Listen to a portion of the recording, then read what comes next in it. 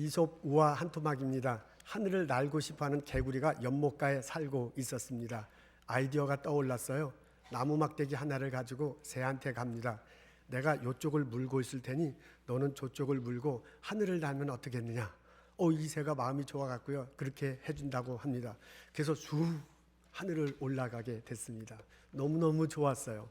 그리고 하늘 높이서 연못가를 바라보니까 글쎄 연못가의 친구들이 하늘을 자기를 쳐다보고 너무너무 부러워하는 거야. 그 중에 한 친구가 물어보잖아요. 누가 그런 아이디어를 생각해냈어? 그러니까 이 개구리가요. 누구긴 누구야 나지! 라고 말하다가 그냥 뚝 떨어지게 됩니다. 연못가의 친구들 앞에서 죽고 말았습니다. 자기자기랑이 지나쳐서 재능 있는 친구가 이 세상을 떠나고 말았습니다.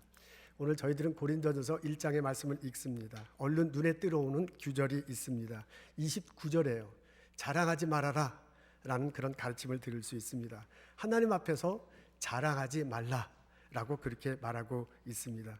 그 정도가 아니라요. 하나님은 하나님 앞에서 자랑하지 못하게 하시려고 한다고 합니다. 그래서요. 자랑하기 쉬운 사람들을 부끄럽게 만든다고 적혀져 있습니다. 지혜 있는 자들, 강한 자들, 무엇인가를 가지고 있는 자들을 부끄럽게 만드신다고 합니다. 근데 그 방법이 아주 독특해요. 세상에 미련한 것들을 택합니다. 세상 기준으로 볼 때 약한 것들을 택하십니다. 세상에서 천하고 멸시받고 없는 것들을 택하십니다. 그 사람들을 들어서요. 지혜 있는 자들, 강한 자들, 무엇인가를 가지고 있는 자들을 부끄럽게 하신다고 합니다. 그래서 누구든지 하나님 앞에서 자랑하지 못하게 하신다라고 그렇게 적혀져 있습니다. 사도 바울은 오늘 본문을 통해서 우리들에게 권면하고 있습니다. 하나님 앞에서 자랑하지 말아라. 바울은요, 우리가 하나님 앞에서 자랑할 수 없는 이유를 30절에 말해주고 있습니다. 30절 전체가 아니고 30절 앞부분에 보면 다 이렇게 적혀져 있습니다.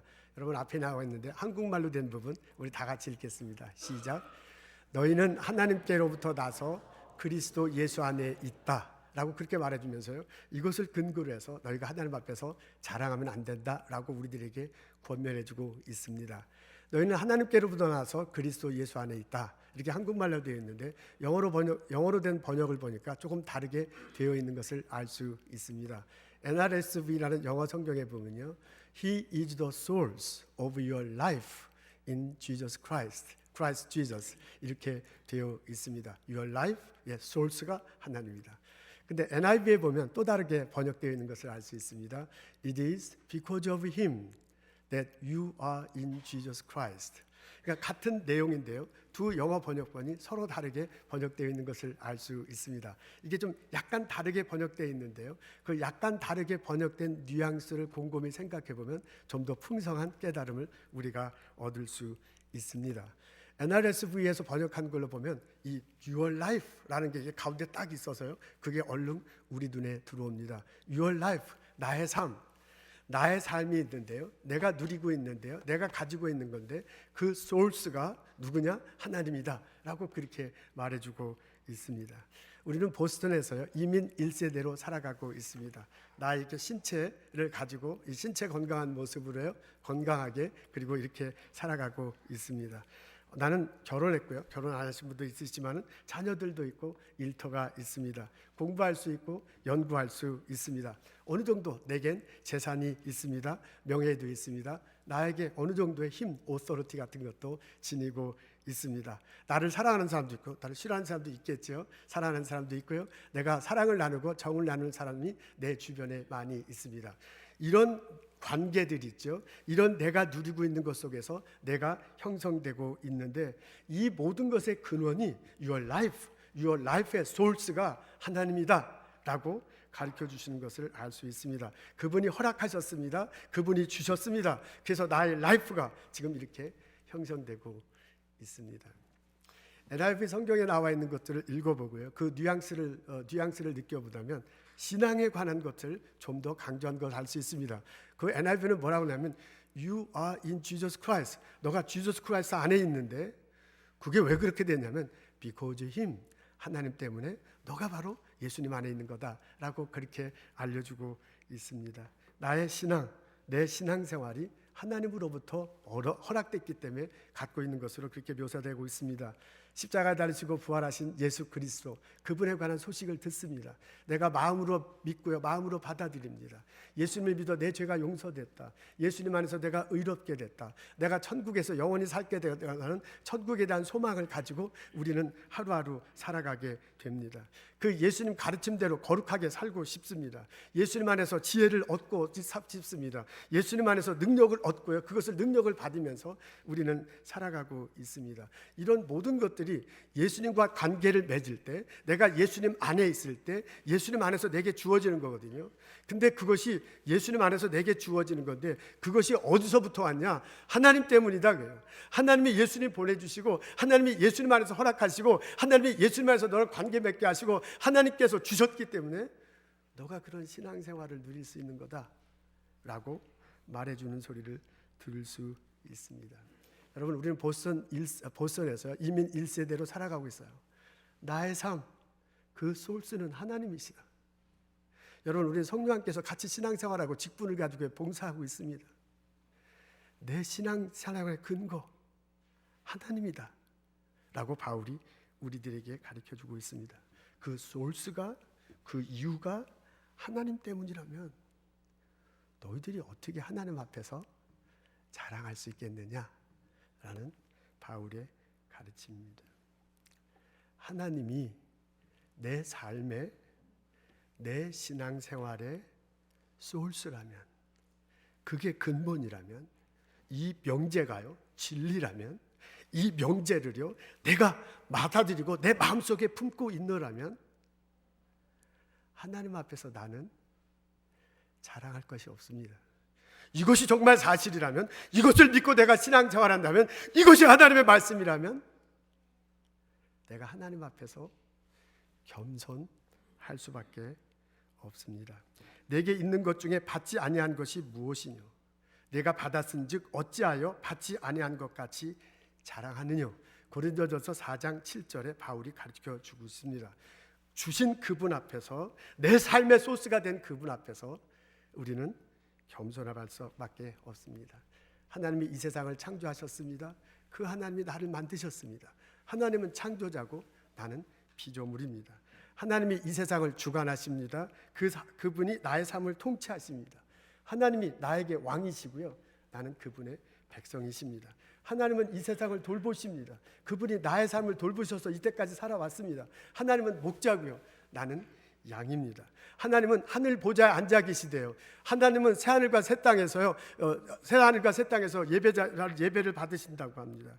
우리가 천국에 들어가서요, 그분을 예배하고 그분은 보좌에 앉아서 예배를 받으실 분입니다. 하나님은 예배를 받으시는 분이고요, 우리는 예배를 드리는 사람입니다.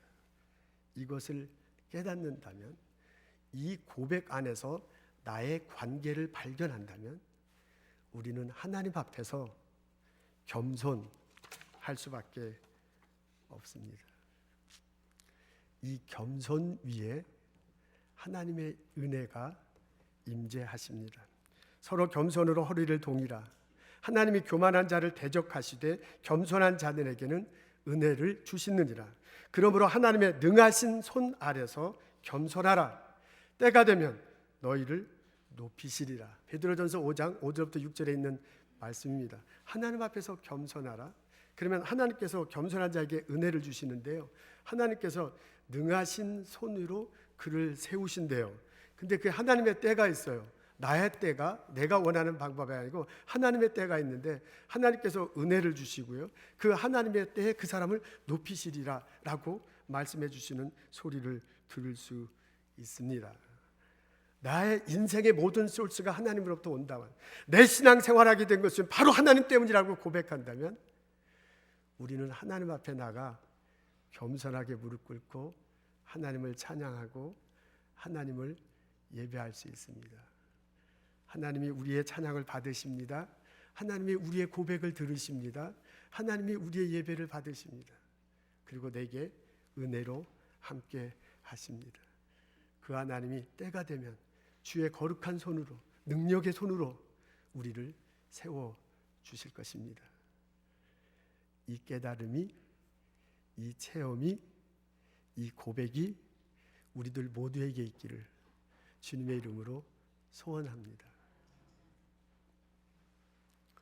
여러분, 오늘의 본문은요, 하나님 앞에서 하나님을 인정하고 그분 앞에서 겸손하다, 인정과 겸손이란 키워드로 오늘의 본문을 읽고 해석해야 할 필요가 있습니다.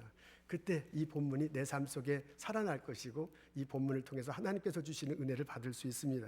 하나님을 인정하고 그분 앞에 겸손한 자들에게 하나님께서 은혜를 주신다고 합니다. 오늘 본문은요, 저를 포함한 많은 기독교인들이 좋아하는 구절입니다. 힘을 얻는 구절입니다. 하나님께서 세상에 미련한 자를 택하시고 약한 것들을 택하시고요, 천하고 멸시받고 없는 것들을 택하신다고 합니다. 이 부분을 읽으면요, 왠지 마음이 편안해집니다. 왠지 좋습니다. 왜냐하면 내가요, 그 범주에 속하기 때문에 그렇습니다. 고린도 교회 교우들도 아마 그랬던가 봅니다. 사회적 신분이 낮은 사람이 많았는가 봅니다. 힘이 없는 사람이 많았는가 봅니다. 아마 학문적으로 좀 깊이가 덜한 분들이 많았는가 봅니다. 멸시받는 분들이 많았는가 봅니다. 그래서 고린도 교인들이 바울이 쓴 이 편지를 읽을 때 우리와 같은, 나와 같은 그런 편안함을 누렸을 것입니다. 근데 한편 이런 생각도 들어요. 나를 포함해서 이 본문을 읽을 때, 바로 그런 내용을 읽을 때 마음 편하신 분들은 전혀 자랑을 하지 않습니까? 여러분, 우리들은 항상 겸손합니까? 우리들은요, 항상 미국에 살아가면서요, 하나님 앞에서 항상 겸손하고요, 다른 사람 앞에서 전혀 자랑을 해본 적이 없습니까? 그래서 우리들을 통해서, 나를 통해서 지혜 있는 자들, 강한 자들, 무엇인가 가진 자들을 부끄럽게 여기는 것이 타당합니까? 이런 고민을 할 때요, 소년 다윗의 어린 시절이 생각났습니다. 엘라 골짜기에서 전투가 벌어졌잖아요. 형들이 거기 가서 싸움한다고 아버지가 가보라고 그래요. 그래서 다윗이 갔더니 이건 뭐 난장판이에요. 적군은 골리앗이 나타나가지고 막 큰 소리 치는데 형들을 비롯한 이스라엘 군대들은 꼼짝 못하고 있는 거야. 이래서는 안 되겠다 해가지고요, 시냇가에 가서 돌 5개를, 매끄러운 돌 5개를 줍잖아요. 그리고 물매를 들고 나갑니다. 앞으로 빨리 달려나가면서 물매에 돌을 담아서 휙 던졌는데 그게 그냥 적군 이마에 딱 맞았어요. 그 바람에 골리앗이 땅에 엎드러집니다. 그리고 죽고 맙니다. 기세가 오른 이스라엘 군대가 이때다 하고 우르르해서 블레셋 군대를 물리쳐요. 약한 자가 강한 자를 물리쳤습니다. 근데 여러분, 여기서 우리가 주목해야 될 것이 있어요. 다윗이 앞으로 뛰어나가기 전에 한 말입니다. 다윗이 뭐라 하냐면, 나는 하나님의 이름으로 내게 나아간다 라고 그렇게 말합니다. 전쟁은 여호와께 속했다 라고 그렇게 선포합니다. 그가 우리 손에 붙일 거다 라고 그렇게 선포하고 앞으로 나가는 것을 알 수 있습니다. 하나님께서 다윗을 쓰셨는데요, 다윗이 약한 자체이기 때문만은 아닙니다. 하나님께서 다윗을 들어 쓰셨는데요, 그것은 뭐냐면 다윗이 하나님을 인정했고요, 다윗이 하나님 앞에서 겸손했기 때문입니다. 그래서 약한 다윗을 들어서 강한 자를 물리친 것을 알 수 있습니다. 오늘의 본문을 읽으면요, 몇몇 기독교인들에게는 오해의 여지가 있어서 좀 힘 빠지게 할지도 모릅니다. 하나님은 세상 기준으로 볼 때 지혜 있는 자들, 강한 자들, 그리고 무엇인가 가지고 있는 자를 항상 부끄럽게 하신단 말이냐. 그럼 가끔 우리도 인생 살다 보면 지혜와 지식이 풍성할 때가 있고요, 어느 정도 위치에 있을 때가 있는데, 그러면 하나님은 항상 나를 싫어한단 말인가? 하나님은 세상에 미련한 것들, 약한 것들, 천하고 멸시 없는 것들을 사용해서 항상 나 같은 사람, 지금의 나를 혼내기만 하시는 건가? 라는 그런 질문이 들을 수도 있습니다. 이런 생각도 해봤습니다. 세상적으로 볼 때 지혜 있다고 여기는 분들이요, 세상적으로 볼 때 강한다고 여기는 분들이요, 무엇을 가지고 있다는 분들이 항상 교만한가요? 여러분, 그분들은요, 미련하고 약하고 천치하고 멸시받고 없는 사람들을 항상 무시하나요? 이런 사람들은 다 예수 안 믿고 저 다른 데가 있고, 예수 안 믿는 사람들은 다 안 그런 분들만 계신가요? 이런 부류에 있는 분들은 항상 하나님으로부터 부끄러움을 당하고 혼나기만 해야 합니까? 구약의 솔로몬 이야기가 생각납니다. 솔로몬 하면요, 구약 성경에 나오는 사람 중 가장 부귀영화를 누린 사람입니다. 그분만큼 인간적인 면에서 부귀영화를 누린 사람이 없습니다. 다윗이 일궈놓은 것들을 고스란히 다 그냥 이어받은 사람이 그분이에요. 이분이 지혜가 많았다고 그러잖아요. 하루는 두 엄마가 찾아와 아들 하나를 데리고 와갖고 서로 자기 아들이라고 막 난리를 피는 거예요. 그래서 칼 가져라. 그리고 사과자르지 떡 잘라갖고 이 애를 잘라갖고 나눠줘라. 그러니까 그 엄마라고 말하는 사람 둘 중에 한 여자가 막 새파랗게 변해가지고 자르지 마십시오. 그냥 저에게 주십시오. 라고 그렇게 얘기합니다. 그러니까 솔로몬이 그걸 보고 이 사람이 엄마다. 이 엄마에게 아기를 주어라. 라고 그렇게 판결을 내립니다. 이것을 보고서는요, 백성들이 뭐라고 얘기하냐면은 백성들이 솔로몬을 두려워했다라고 그렇게 적혀져 있습니다. 하나님의 지혜가 저희 속에 있어서 이런 판결을 내리는구나라고 그렇게 말했대요. 그 말은 뭐냐면 백성들이 솔로몬을 존경하는 게, 부귀영화 있을 거 다 갖고 있는 사람들을 존경하는 거거든요. 힘없는 백성들이 힘 있는 그 왕을 존경을 하고 인정해주고 있습니다. 여러분, 우리들이 여기서 주목해야 될 것이 있습니다. 솔로몬이 왕으로 등극하기 전에 있었던 것입니다. 솔로몬이 1000번 제사를 쌓잖아요. 그리고 하나님에게 요청해요. 하나님, 저는 작은 아이입니다. 너무나 어려갖고 문 들락날락 할 수도 없습니다. 근데 내게 맡겨진 백성들은 이렇게 많으니 내가 어떻게 할 수가 없습니다. 하나님, 내게 지혜를 주시옵소서. 열왕기상 3장 9절에 나오거든요. 근데 바로 뒤에 뭐라고 하면 하나님께서 그것을 좋게 여겼대요.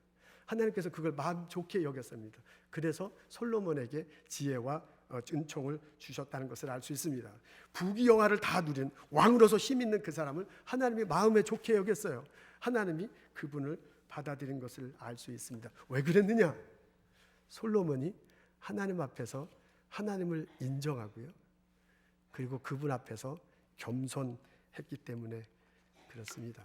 오늘 본문을 읽으면요, 인정과 겸손이란 키워드로 오늘의 본문을 받아들였습니다.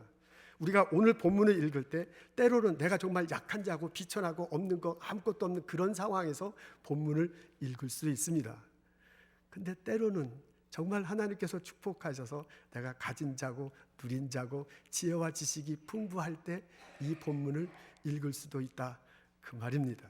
나의 상황이 중요하지 않습니다. 내가 이쪽이냐 저쪽이냐가 중요하지 않습니다. 중요한 것은 내 마음입니다. 중요한 것은 내 심령입니다. 내 마음속에 예수 그리스도가 있는가, 십자가 되시고 부활하신 예수님을 고백하는가, 그분 안에 내가 있어서 그분을 통해서 하나님을 보고 그분을 통해서 하나님께 나아가고 당신이 나의 모든 것입니다 고백하는가,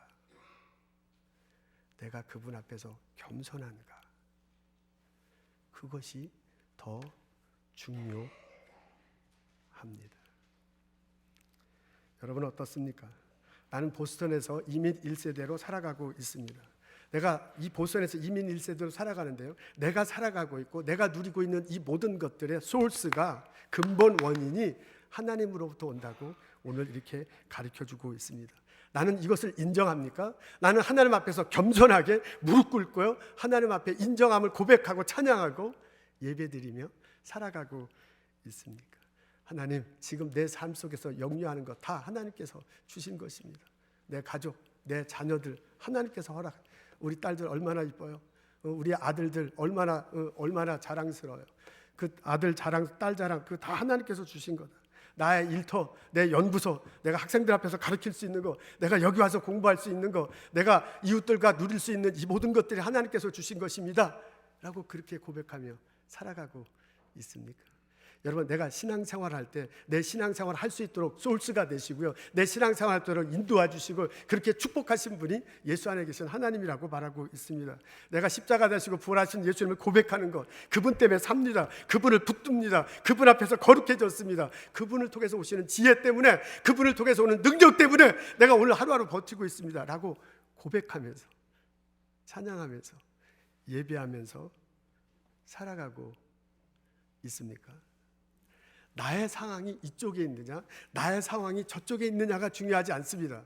내가 어느 상황에 있든지 간에 내 중심에 예수 그리스도를 고백하고 그 예수님 통해서 하나님 앞에 나아가고 하나님을 인정하고 겸손해야 한가, 그것이 더 중요합니다. 내가 하나님 앞에서 하나님을 인정하고요, 내 하나님 앞에서 겸손하다면 내가 어느 상황에 있든지 하나님 앞에 나아갈 수 있습니다. 하나님을 인정하고 예배드릴 수 있습니다. 우리 살아가다 보면 내가 삶의 밑바탕에 나락에 떨어질 때가 있습니다. 내가 봐도 미련한 존재야. 내가 봐도 약하고 천하고 멸시밖에 없는 상황이야. 손에 가진 것이 아무것도 없어요. 너무 힘들어서 죽을 지경이야. 그때도 우리는 하나님 앞에 나아갈 수 있습니다. 당신은 나의 창조주십니다. 당신은 나의 왕이십니다. 하나님, 나는 당신의 피조물이고 하나님, 나는 당신의 백성입니다. 고백하고 하나님께 나아가 하나님의 은혜를, 하나님의 능력의 손을 구하고 그것을 체험하며 살아갈 수 있습니다. 여러분, 우리 살아가다 보면 하나님께서 축복하셔서 삶의 정점에 오를 때가 있습니다. 내가 봐도요, 내가 지혜와 지식이 풍성해요. 내가 봐도요, 남들이 갖지 못한 그것을 가지고 있어요. 내가 솔직히 말해서 이게 막 상대적일 수도 있지만 내가 생각할 때도 내가 지금 누리고 있는 게 참 많아. 그때도 우리는, 그때도 나는 하나님 앞에 나아갈 수 있습니다. 하나님 당신이 내 삶에, 내 인생의 소울스입니다. 하나님, 당신이 나의 목자십니다. 하나님, 당신이 예배받을 분이십니다. 그것을 하나님 앞에 나가 고백하고요, 인정하고요, 기도하면서 나의 양된 나의 삶을 인도해 달라고, 예배드리며 살아가고자 애쓰는 나를 인도해 달라고 기도할 수 있습니다. 하나님이 내게 은혜를 주셔서요, 나를 좀 더 겸손케 하실 것입니다. 하나님께서 내게 은혜를 주셔서요, 나를 거룩케 하신대요. 하나님께서 내게 은혜를 주셔서요, 내게 또 다른 아이디어를 주실 것입니다. 하나님께서 나를 능력의 손으로 하셔서 내가 예상치 못한 어떤 길로 나를 인도해 나가실 것입니다. 내가 어떤 상황에 있든지 간에 하나님 앞에 나가서 하나님을 높이고 하나님을 인정하고 그분 앞에서 겸손하게 서는 것, 그것이 중요합니다. 내가 어떤 상황에 있든지 간에 내 중심에 십자가 되신 예수님을 바라고 하나님께 나아갈 때 하나님의 은혜로 임하실 것입니다. 나를 거룩하게 하실 것입니다. 내게 새로운 능력을 주실 것입니다. 나를 통해서 축복이 나와 이웃들에게 전해지게 할 것입니다. 나를 통해서, 내 삶을 통해서 예수 하나님 보시기에 합당하게 사는 삶이 어떤 것인가, 그것을 알게 하시고 그것을 체험케 하시고 그것을 배우고자 하는 사람들이 교회로 오게 하고 예수님 앞에 오게 할 것입니다. 이 체험이, 이 고백이, 이 모든 은혜가 우리들 모두에게 있기를 주님의 이름으로 축원합니다. 스테판 커리라는 사람이 있습니다. 농구 선수입니다. 지금 앞에 보실 텐데요, 저 선수입니다. 골든 스테이트 워리어스라고요, 캘리포니아 샌프란시스코에 있는 프로팀의 선수입니다. 이 사람이 6피트 3인치래요. 185파운드라고 합니다. 그러니까 뭐 보통 사람보다는 조금 큰 애지만 농구 선수로서는 아주 작습니다. 대학교를 갓 졸업했을 때 봤을 때는 저래 가지고 농구를 할 수 있을까 할 정도로요, 프로팀 앞에 있으면 아주 어린 애가 왔다 갔다 하는 것 같습니다. 지금은 좀 약간 살이 붙어서 좀 덜 하긴 합니다. 이 선수가 요즘 프로 농구판을 완전히 뒤집어 놓습니다. 드리블 하다가 슛을 쏘기도 하고 슛하는 것 같으면서 드리블하고 막 그래요. 그래서 저 선수가 플레이하는 거 보면 막 죄송해요, 무슨 생쥐가 왔다 갔다 하는 것 같아요. 그래서 막 덩치 큰 선수들이 꼼짝을 못하고 그냥 당하고 말합니다. 예측 프로의 3점 슛을 쏘는데요, 저 멀리서 빵 쏘는데 저건 슛 안 쏠 거 할 때 그쪽 슛을 쏘고요, 저건 들어갈 수 없을 때 그래 막 들어가고 하곤 합니다. 그래서요, 스포츠 그 해설가들이 뭐라고 그러냐면 상식 파괴자다. 보통 농구 상식하고는 전혀 다르게 농구를 한다. 창조적 슈터다. 야, 이건 정말 창조적 슈터다라고 그렇게 해설가들이 평가하고 있습니다. 그의 활약으로 골든 스테이트 워리어스가 2014년, 15년엔 챔피언을 먹었습니다. 그리고 지난 시즌에는 클리브랜드하고 이제 챔피언전에서 했다가 이제 지고 말았습니다. 근데 그 전에 챔피언이 될 때 이 스테판 커리가 MVP가 됩니다. 스포츠 해설가들은요, 이 사람이 이렇게 잘하게 된 것이 자기 노력이라고 그렇게 말하고 있습니다. 노력을 엄청나게 한다고 합니다. 근데 재능도 있다고 할때요, 아버지가 원래 프로 농구 선수였고 어머니가 배구 선수니까 그분으로부터 이제 재능을 받긴 받았는데 재능이 있다고 말하기는 좀 쑥스러운 게 너무 작아요. 농구 선수로서 너무 작아가지고 재능을 이어받았다라고 말하기에는 정말 쑥스럽게, 여러분 보시면 알게요, 이렇게 너무 키가 좀 작습니다. 근데 이제 그걸 어떻게 커버했느냐, 훈련으로 커버했다고 해요. 고등학교 때는 고등학교 때마다 다 팀이 있으니까 좀 잘하는 거 보아 같아갖고 대학교를 이제 농구 명문 학교, 그 농구 중에 잘하는 학교들이 있잖아요. 거기에 지원했는데 모두 다 떨어졌습니다. 아무도 받아들여주질 않는 거야.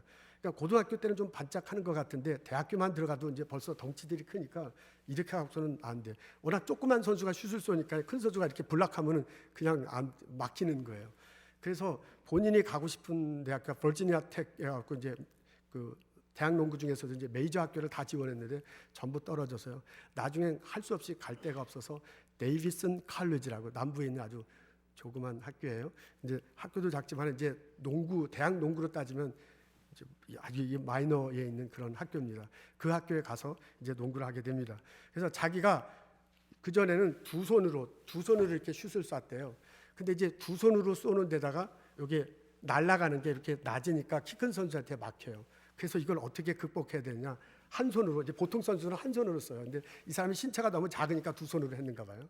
그러니까 대학에 들어가면서 두 손으로 쓰지 않고 한 손으로 한다 하고 한 손으로 연습을 하고요. 다른 사람은 이렇게 쏘는데 자기는 키가 작으니까 이렇게 쓰는 게 없어. 곡사포처럼. 그러니까 삼천수를 저기서 이렇게 쏘니까는 저게 슈샤 하는데 이렇게 들어가는 거예요.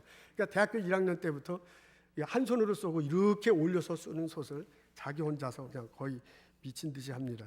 나중에 이제 프로팀에 이제 들어가긴 들어가는데요. 프로팀에 들어가니까 막 더 키 큰 선수가 많잖아요. 그러니까 이게 더 어떻게 미래가 밝지 않는 거예요. 거기다가 부상이 많았다 그래서 발목 부상이 많아서 유리 발목이다라는 그런 별명을 들을 정도로 자주 부상을 많이 당합니다.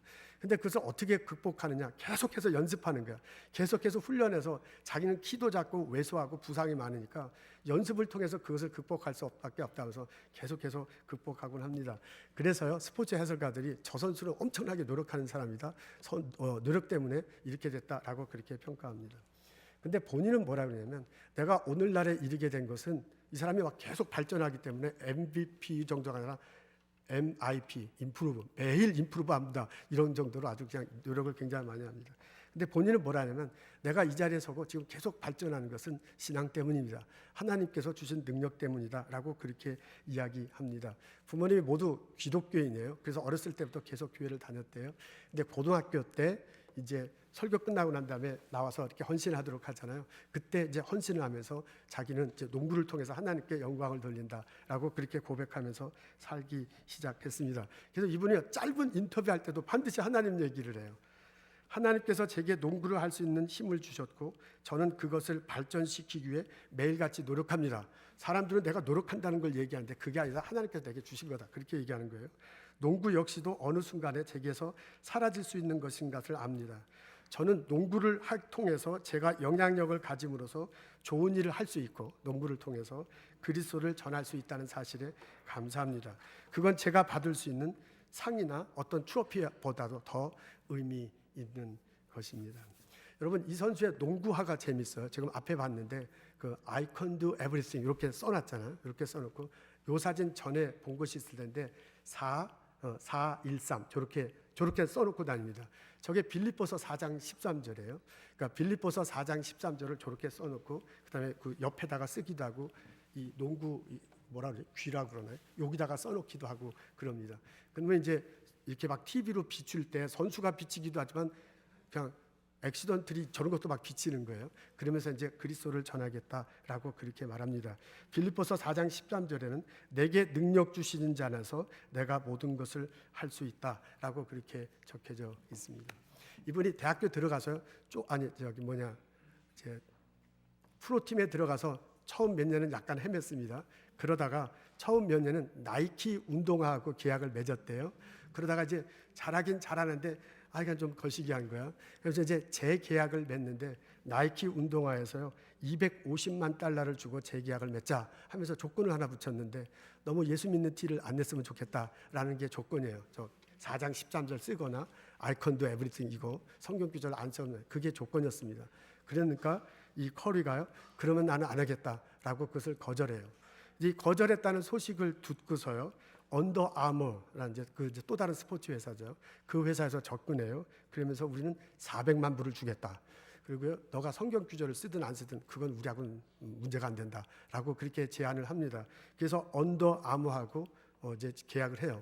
그래서 이 사람이요, 2013년, 14년도까지 못하진 않았지만 하여간 그냥 이랬어요. 그러다가 언더 아머하고 계약하고 난 다음에 2015년 지금 내가 말을 잘못해서 2014년 15년 시즌에 그때 이제 챔피언을 먹습니다.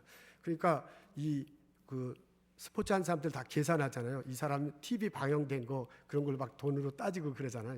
엄청난 그 액수의 그 선전을 하게 된 겁니다. 그래서 이 사람 이름을 딴 운동화가 있는데 커리 원이라는 농구화를 출시시켰는데 무려 1억 달러의 판매고를 올렸다고 합니다. 그래서 그 농구화가 나왔을 때 거의 품절 수준이었다고 합니다. 매번요, 이 사람 자세히 보세요. 짧은 인터뷰에도 꼭 지저스 크라이스트 때문이다, 하나님 때문이다, 그분에게 영광을 돌린다라는 표현을 하고 있습니다. 스테판 커리는요, 예수를 마음속에 모십니다. 그리고 그 예수님 때문에 나는 산다라고 고백해요. 내가 농구하는 것은, 내가 이 농구의 재능을 가지고 이렇게 피눈물 나게 연습해서 이 자리에 오고 계속 발전하는 것은 하나님께서 능력 주시는 것이다 라고 그렇게 고백하고 있습니다. 예수님이 자랑스러워요. 하나님은 하나님 앞에서 겸손한 자를 부르시고 그에게 은혜를 주신답니다. 때가 되면 능히 손을 펼쳐서 그를 세워주신다고 합니다. 여러분 어떻습니까? 나는 예수님이 자랑스럽습니까?